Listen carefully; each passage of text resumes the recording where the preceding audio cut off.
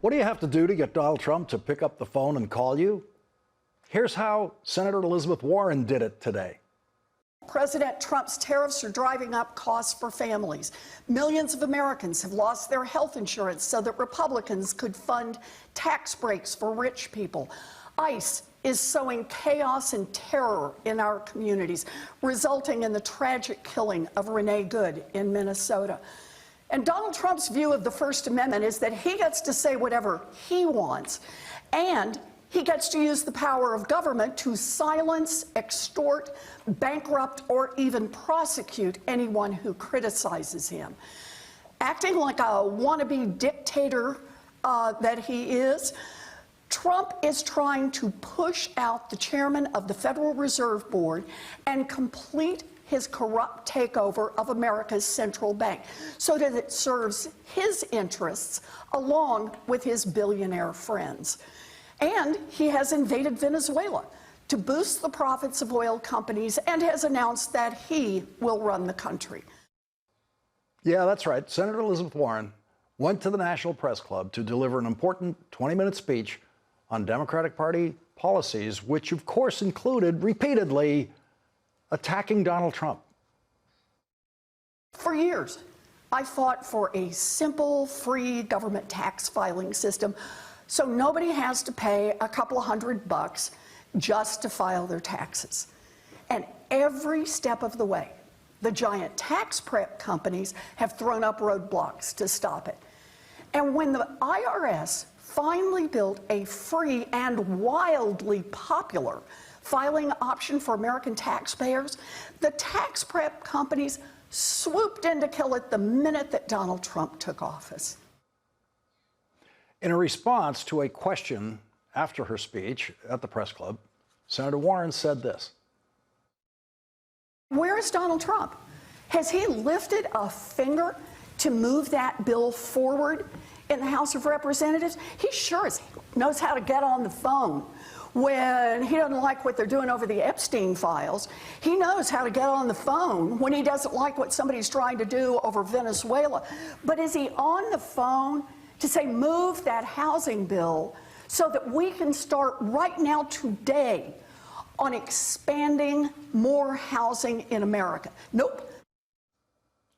And shortly after that, Donald Trump did get on the phone, and for the first time in his life, he called Senator Elizabeth Warren. Joining us now, Senator Elizabeth Warren of Massachusetts. She's the top Democrat on the Senate Banking Committee, a member of the Senate Finance Committee. Senator Warren, I need to hear all about it. Are you in a car when the phone rings? Where are you? Is it a cell phone call? Go ahead. Set the scene. Let me say just a little bit more about setting the scene. I appreciate that you picked out long excerpts, but basically what I said in that first part was talking about where Donald Trump is. The urgency of Democrats must win in November 2026 if we're going to have any hope of putting some restrictions on Donald Trump. And so what the speech was about is how Democrats do that. And the answer is we deliver on a populist agenda, that we make it clear that we understand that families are being pressed financially and that we have concrete proposals that are good, that will make a difference, and by damn, that we show we have some spine and that we're actually willing to get in there and fight for it. That's what the speech was all about. And I drew the contrast with Donald Trump about how on day one he promised he was going to lower costs. Here we are a year in, and the cost of groceries is up, the cost of housing is up, the cost of utilities is up, the cost of health care is up, all driven by Donald Trump and the Republicans in Congress and their policies. So I said, we need to hold those guys accountable and we need to deliver on lowering costs for American families. That's what the speech was about. We did a Q&A afterwards. We talked about Trump saying, well, he was going to put a cap on credit card interest rates. Talked about the fact that Trump says he's going to do things on lowering costs for families, but has not delivered and hasn't even given any indication that he's trying. I'm in the car, going back to my office afterwards, phone rings, it's Donald Trump. So did you recognize the phone number? Was it that White House No. switchboard number? Or? Actually, I almost didn't pick up because I didn't recognize the number. But I thought, 202, it's probably somebody here in Washington. And it was somebody here in Washington. So, I talked to him, but that's exactly what we talked about, is I talked about the importance of moving forward on lowering costs. Donald Trump says he wants to do a cap on interest rates on credit cards. I've been arguing for that for years. Then fine, let's get it done. He says he wants to lower housing costs. Hell, we've got a housing bill that is all about expanding the supply of housing, which is one of the most important ways we can start to bring down the cost of housing. It has passed the Senate unanimously. Why is it not law? Because it's held up by Republicans in the House of Representatives. Democrats are ready to go, but not the Republicans in the House. And Donald Trump hasn't lifted a finger to help move that forward. So, look, talk is cheap. I get it. What I want to do is I want to deliver lower costs for American families. And that's what Democrats are in this fight to do. So the White House issued a statement about this call saying President Trump and Senator Warren had a productive call about credit card interest rates and housing affordability for the American people, the official said.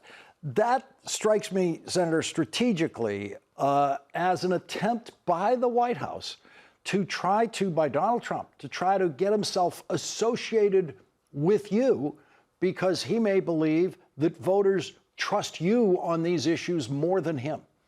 Well, look, this is the deal right now. The White House is beginning finally to feel the heat that American families are in worse financial shape than they were when Donald Trump was sworn in a year ago. I'll just pick one on this, Lawrence. Did you know that foreclosure rates, mortgage foreclosure rates, people losing their homes, it's up 21% since Donald Trump was sworn into office? The American people have been telling us for years, election after election, that they want somebody to get in there and start unrigging that system. This economy keeps working better and better and better if you start out as a millionaire, and even better if you start out as a billionaire. But it's not working for hardworking families. I don't always agree with James Carville, but he said just about a month or two ago, he said it was clear even to him that Democrats need to run on the most populist agenda since the Great Depression. And if we're really going to win this election in November 26, that's exactly what we've got to do.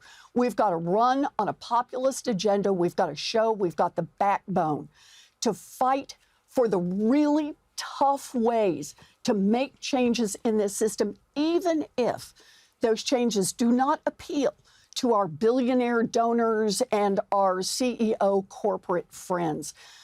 We got to be Democrats again. The Democrats who delivered Social Security and Medicare, the Democrats who delivered minimum wage, the Democrats who delivered legal rights for unions, the Democrats who delivered health care coverage for everyone and home ownership opportunities for veterans and for first-time home buyers.